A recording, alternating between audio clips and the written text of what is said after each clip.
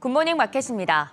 이번 주 투자자들이 가장 주목하고 있는 미국의 고용보고서 발표를 앞두고 시장은 숨을 고르고 있습니다. 현재 시장의 방향타로 여겨지는 고용지표 발표에 앞서 연준 의원들도 데이터를 확인해야 한다고 거듭 강조했는데요. 모두가 원하는 데이터가 나와줄지 기대 반 걱정 반입니다.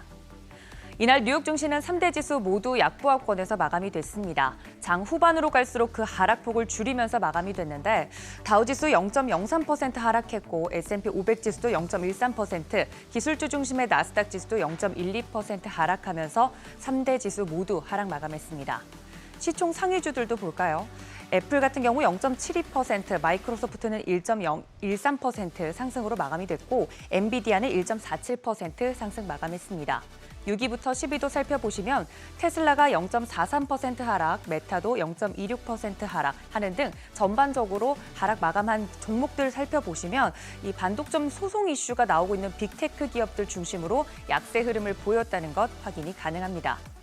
이날 시장에서 특징적으로 움직였던 종목 살펴보면 전기차 업체 리비안이 있는데요. 리비안은 15억 달러 규모의 전환사채 발행 계획을 발표했습니다. 해당 발표는 올 초와 유사한 목적의 발행으로 R2 출시의 위험 요소를 제거하기 위함이라고 밝혔는데요. 전환사채는 일정 기간이 지나 주식으로 전환될 수 있는 채권이기 때문에 주주가치 희석에 대한 우려가 나올 수 있습니다. 해당 이슈에 이날 리비안 주가는 20% 넘게 급락하는 모습이었습니다. 한편 시장이 이번 주 내내 주목하고 있는 고용시장 데이터, 이날은 그중에서도 신규 실업보험 청구자 수가 발표가 됐습니다.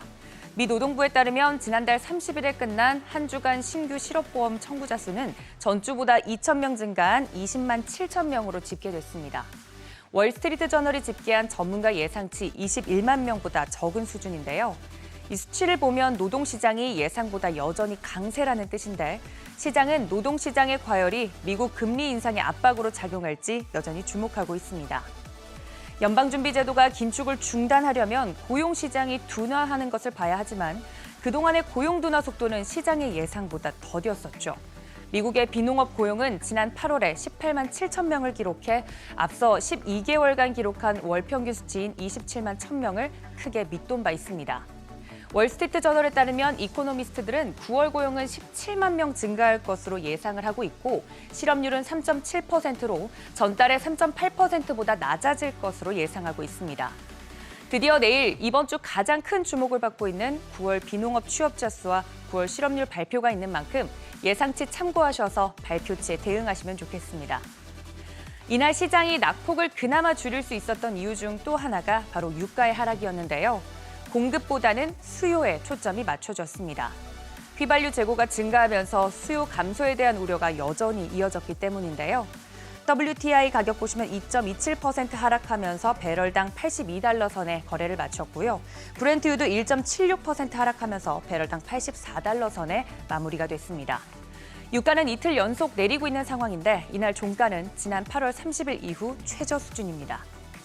채권 시장도 최근 장기물을 중심으로 급등락을 반복하다가 이틀 연속 내림세를 보이고 있는데요. 10년물 기준으로 살펴보도록 하겠습니다. 미국 10년물 국채금리 주간 실업지표 초반에 발표 이후 올랐다가 소폭 하락하는 모습이었습니다.